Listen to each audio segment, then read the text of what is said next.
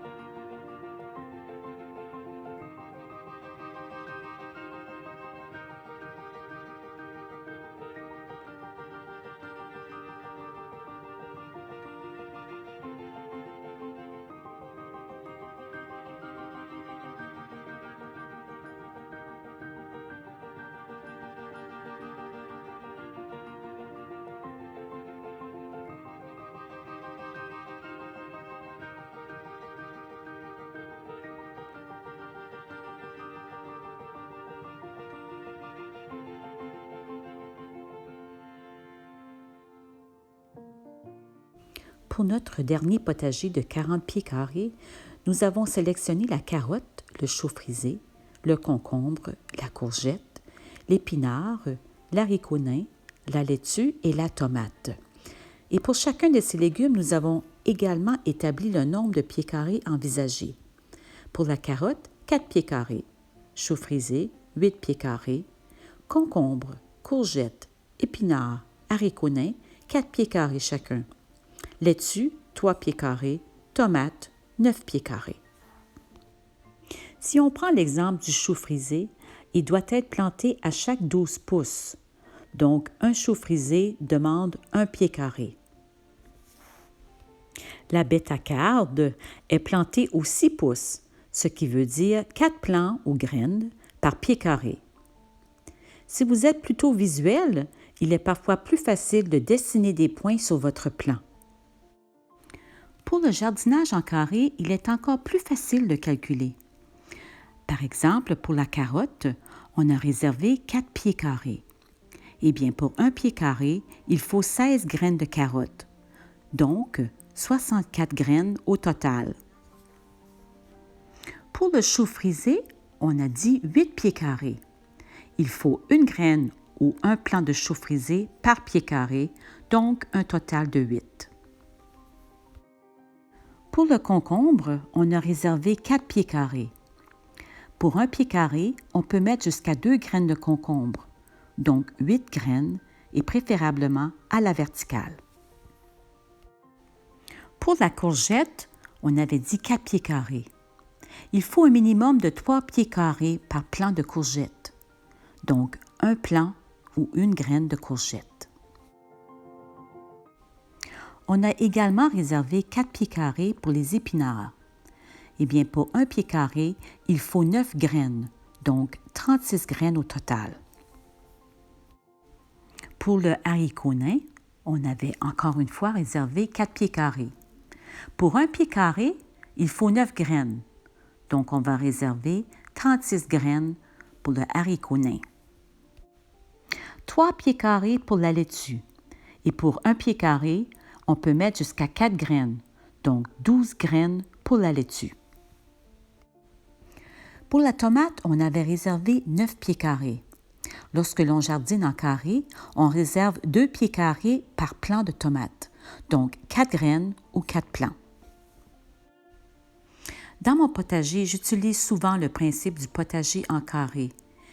Je l'applique à tous mes légumes, à l'exception de la tomate et du concombre. Je laisse 18 pouces entre mes plants de tomates et je n'alloue qu'une graine de concombre par pied carré. Pour les adeptes du jardinage en carré, il existe un nouvel outil bien pratique lorsque vient le temps de calculer nos quantités et même de semer. Les trous à effectuer sont calculés selon la variété de légumes et sont indiqués par couleur. Nous arrivons maintenant à nos sélections de variétés. Tel que déjà discuté sur les dernières vidéos, il est important de connaître pour chacun de nos légumes les besoins en chaleur, en nutriments, en ensoleillement et en espace. Assurez-vous auprès de votre jardinerie que la variété que vous avez choisie ne nécessite pas une période de croissance trop longue pour votre région. S'il s'agit de semences, vous devriez retrouver ces informations sur le sachet. Autre point à retenir, choisissez des variétés faciles à cultiver. Priorisez les légumes que vous aimez manger.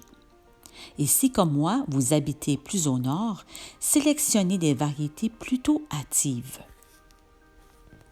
Sachez que pour une même espèce de plante potagère telle que la tomate, les jardiniers ont développé des centaines de variétés en fonction de critères de productivité, de goût, de couleur, de climat ou de résistance aux maladies. Pour chaque légume, on retrouve sur le marché des dizaines de variétés appelées aussi cultivars, ce qui rend souvent le choix difficile. Consultez les sites de semenciers. La plupart du temps, vous retrouvez les spécifications pour chacune des variétés aux cultivars qui vous sont offerts. Les guides de jardinage peuvent également vous apporter des informations supplémentaires. Vous êtes maintenant prêt à acheter ou commander en ligne vos semences. La semaine prochaine, nous dresserons une liste de ce que vous aurez besoin pour débuter des semis intérieurs. Bonne semaine!